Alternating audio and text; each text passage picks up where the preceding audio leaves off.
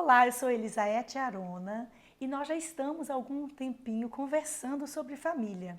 E eu percebi que nessas gravações, nessas nossas conversas, algumas pessoas trazem dúvidas e dúvidas muito interessantes relacionadas às questões familiares, seja sobre o casamento, sobre relação com os pais e a relação dos pais com os filhos.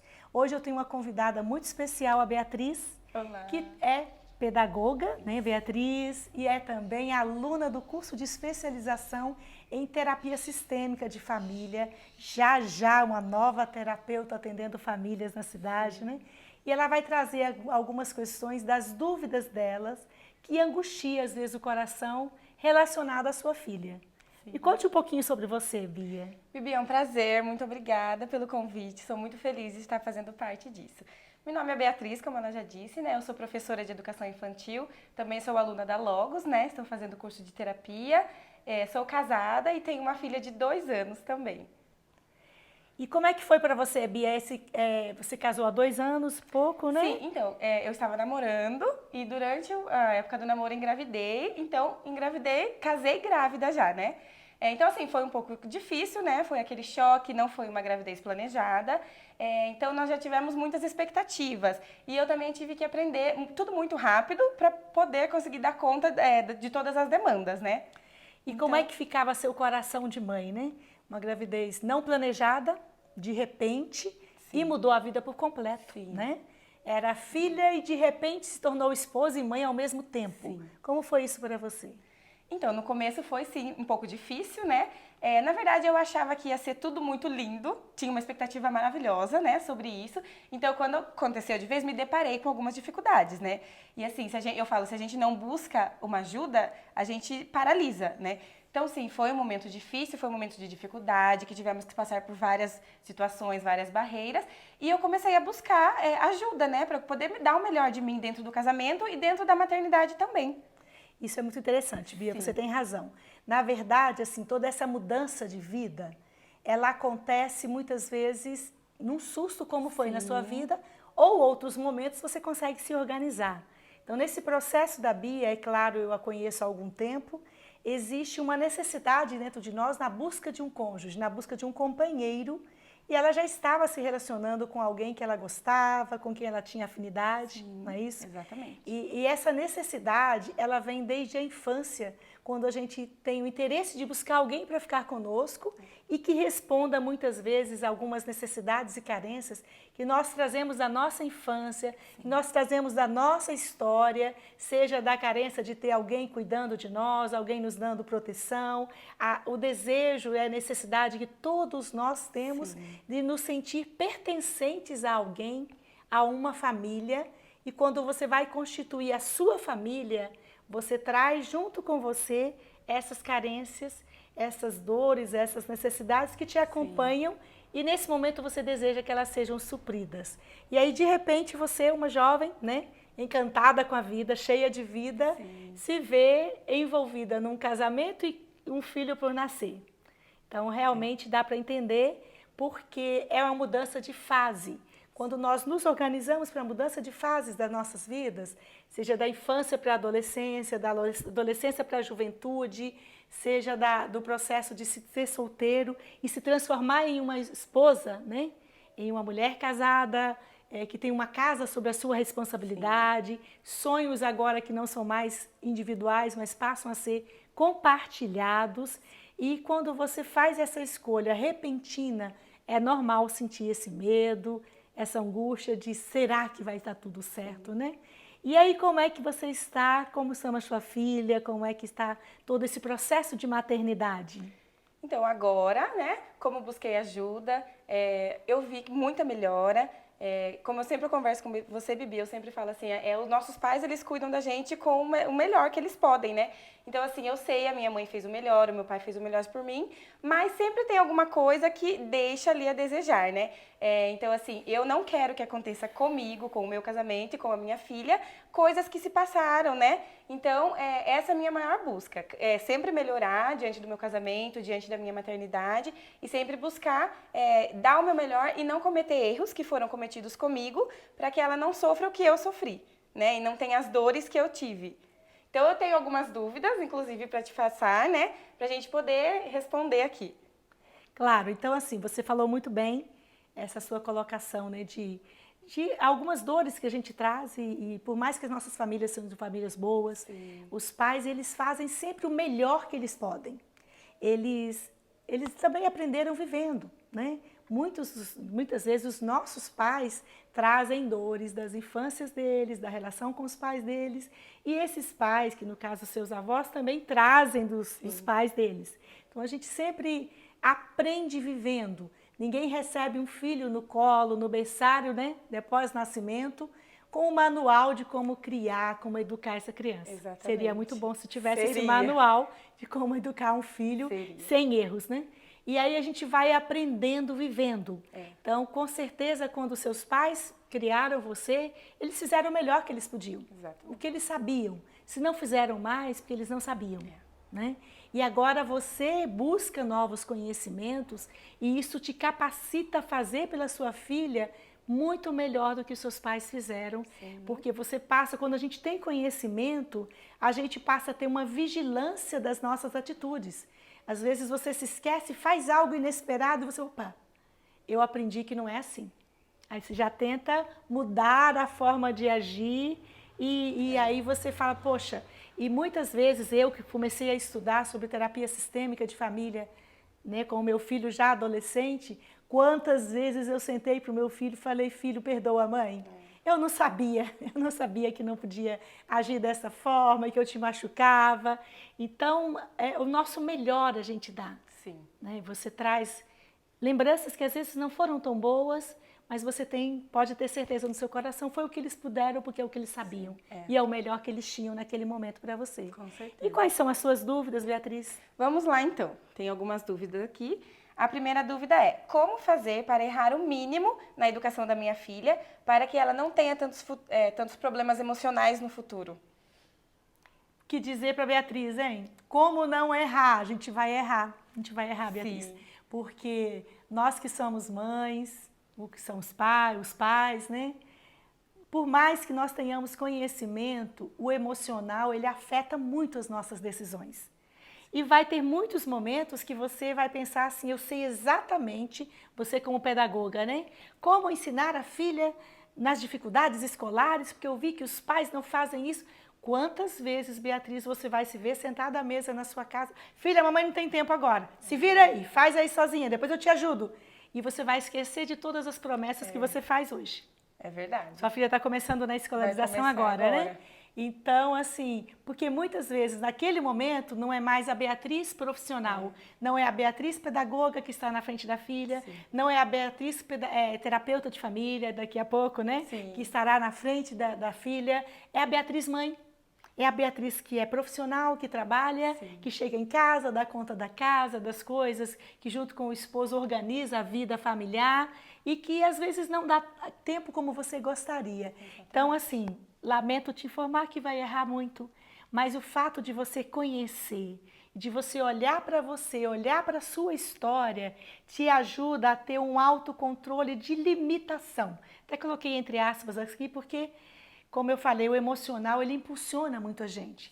Mas quando você tem um conhecimento da sua história, você muitas vezes vai se ver falando, nossa, eu estou fazendo com a minha filha o que minha mãe fez comigo. Estou repetindo a mesma coisa. E olha que eu tinha raiva quando a minha mãe fazia isso. Então, nós repetimos porque você olha e fala, não, eu fiquei uma pessoa até não muito ruim assim, né? Então, minha mãe não errou tanto. Quando é que você vai ver que aquelas dores de infância que te incomodam tanto não são tão grandes assim? À medida que você vai vivendo com a sua filha exatamente o que seus pais viveram com você. E aí você vai se ver respondendo emocionalmente.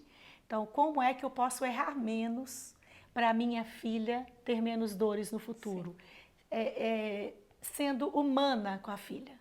Um dos grandes erros dos pais é eles quererem sempre serem super-heróis, super-homens e mulheres maravilhas, para que os filhos não vejam erros dos pais. Não, deixa o filho olhar, eu sou humana. Quando a sua filha for adolescente e estiver vivendo aquelas dores que você vivia na adolescência, não finja que você foi uma adolescente maravilhosa. vire para ela e fale, filha, a mãe foi adolescente, a mãe teve dúvidas nisso, a mãe quebrou a cabeça, sofreu. Então eu vou te contar algumas dores que eu vivi por escolhas minhas, para que você não precise viver também. Porque muitas vezes, quando eu escondo do filho alguns erros que eu quebrei a cara, né, como a gente fala, e doeu, e aí agora eu entendo que estava errada, se eu escondo dos meus filhos, eu estou acabando permitindo que eles vivam as mesmas coisas, Sim. porque eu não quis contar que me doeu para que ele não tenha que sentir dores. Então pense nisso, a sua filha com 2 anos de idade, o que você pode fazer para quando ela estiver a sua idade hoje, não olhe para trás e falar, minha mãe Beatriz, né, errou tanto. Então seja humana com ela, tá? Tenha uma vida de hierarquia muito organizada em casa. Quem é pai, quem é mãe, quem é filho é filho. Então a gente vê mesmo crianças de 2 anos sendo os reizinhos da casa. Ah, não posso ir na sua casa porque minha filha vai chorar, porque minha filha não quer, porque minha filha vai dormir. Não, vocês são adultos, os adultos escolhem. Os adultos definem o que vai fazer. E aí a criança vai escolher aquilo que não interfere numa rotina inteira da família, ao ponto de levar vocês, como família, de perder algumas oportunidades. Então, a criança escolhe o que ela quer brincar, ela escolhe o que comer, desde que não faça mal à saúde, de que ela não esteja abrindo mão de alimentações que sejam importantes para ela. Então, existe essa importância. Quanto mais saudável vai ser sua filha no futuro, quanto mais ela entender que ela vive numa família que tem amor, que tem compreensão, mas que tem regras e que tem hierarquia. A criança viver num ambiente de regras e hierarquia, onde existe autoridade vindo do adulto, ela cresce uma criança segura, que ela sabe que ela tem sempre um colo de apoio se ela precisar. Sim, exatamente, muito boa. Gostei muito.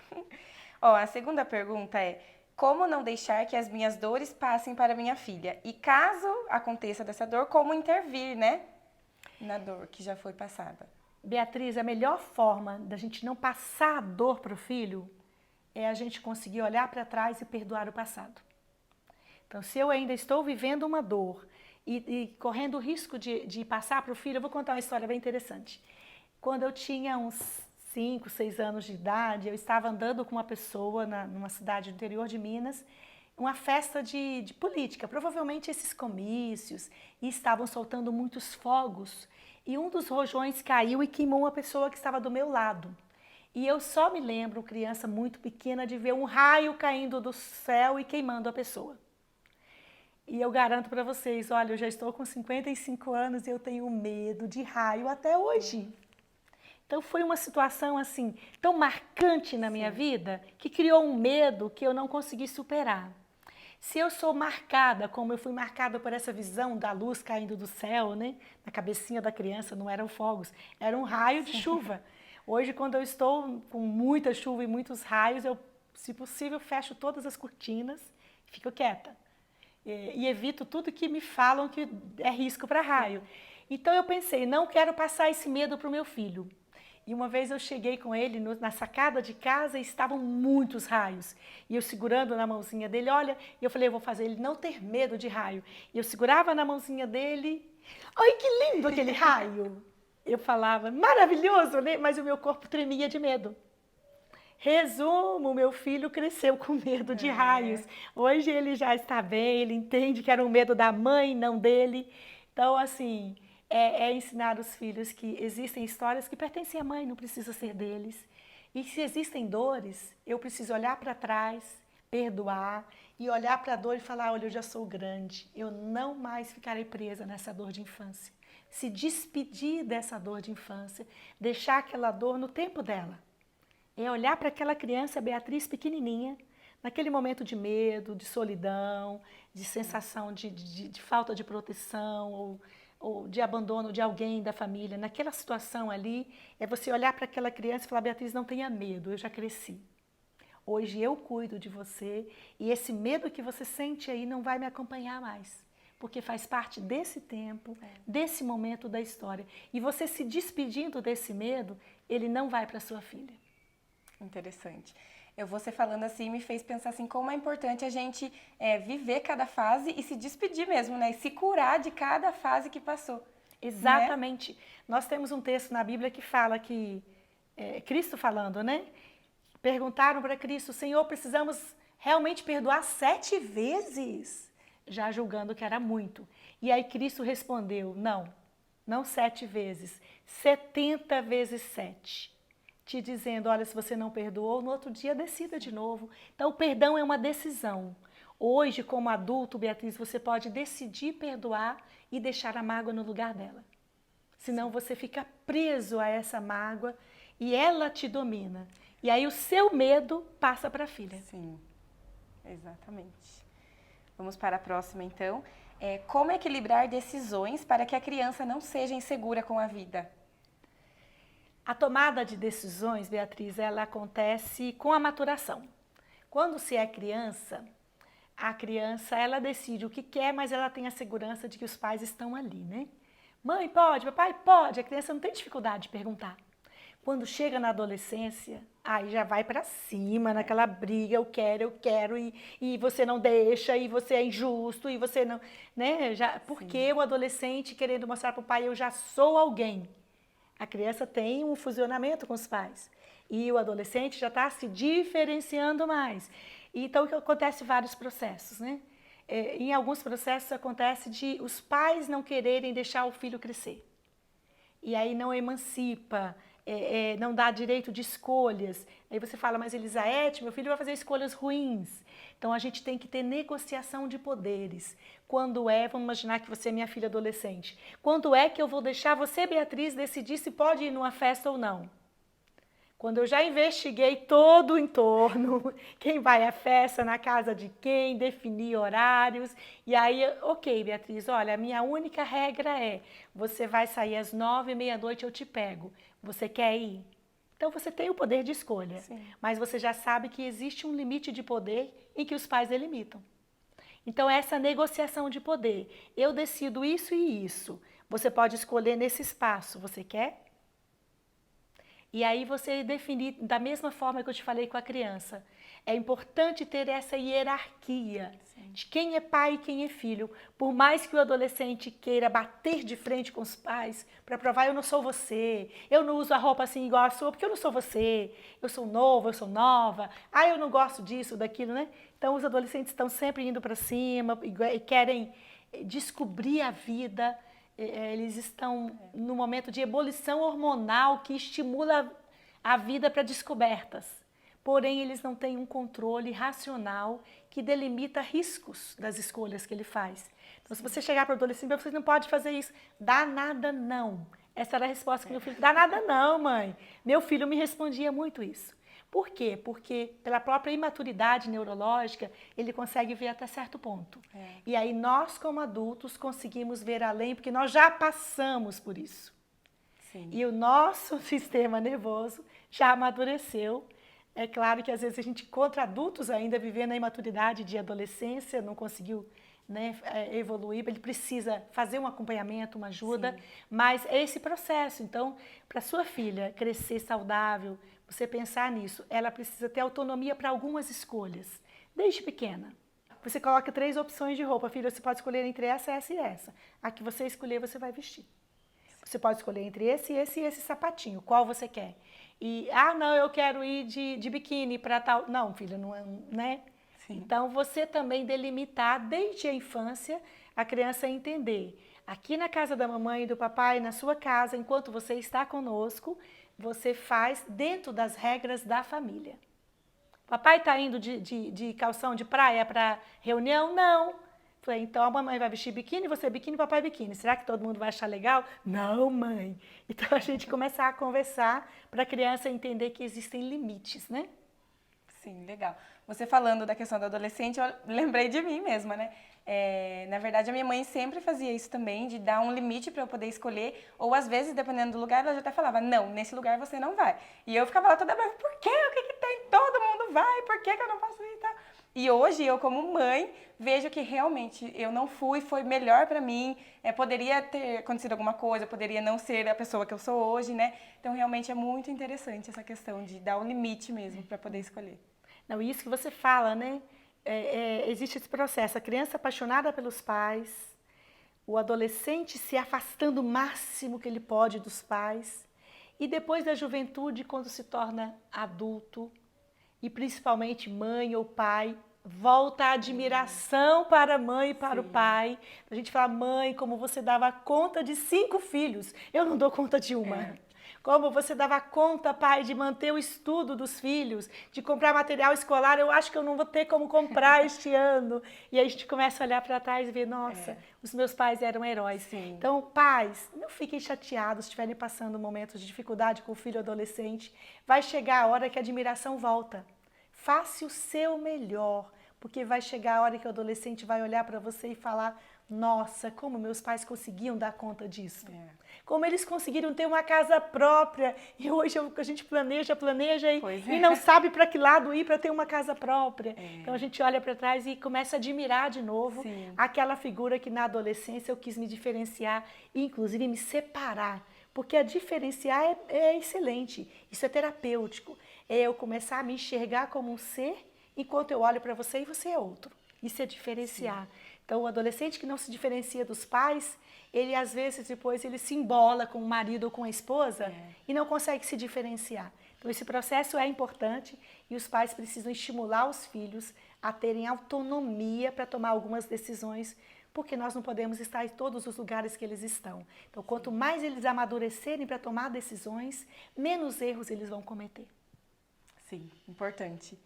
E agora a última pergunta é, qual a importância de ter um lar estabilizado para a saúde mental da criança?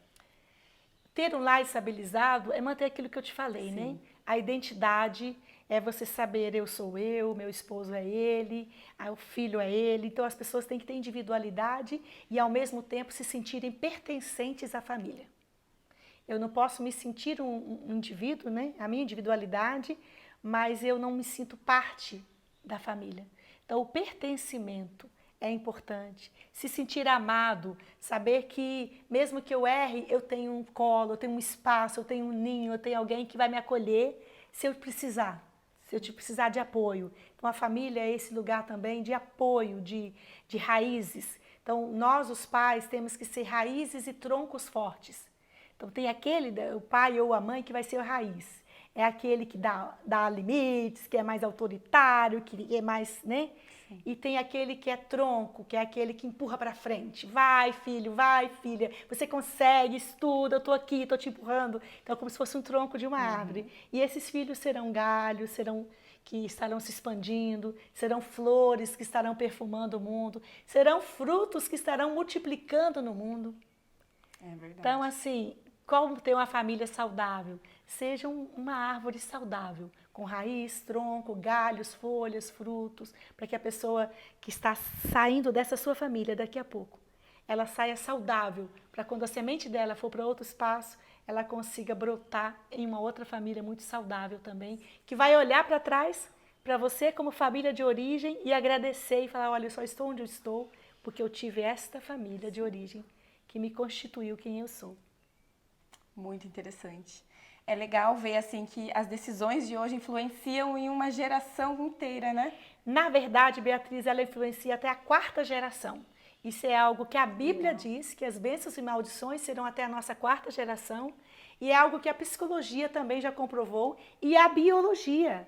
Então, quando nós temos doenças hereditárias, eu consigo passar a influência do meu gene, às vezes da minha doença, até a minha 4ª geração. Depois de 4 gerações, é como se zerasse e começasse uma história. Então, emocionalmente, você, Beatriz, com seu esposo, estarão constituindo até a próxima, e a próxima, e a próxima, e a próxima geração que virão após a Elisa. Nossa, muito interessante. Então, quanto mais saudável você for, quanto mais saudável seu esposo for, mais saudável serão as suas próximas 4 gerações. Nossa, muito interessante. Eu agradeço muito, Beatriz, por você ter vindo conversar comigo. Obrigada, eu que agradeço pelo convite. E você viu como que uma pergunta, ela gera tanta conversa, né? Sim, exatamente, tanto conhecimento. Então, você que nos ouviu, continue nos acompanhando. Terei outras pessoas conversando comigo, respondendo dúvidas. E já já teremos outras surpresas para vocês. Muito obrigada. Obrigada.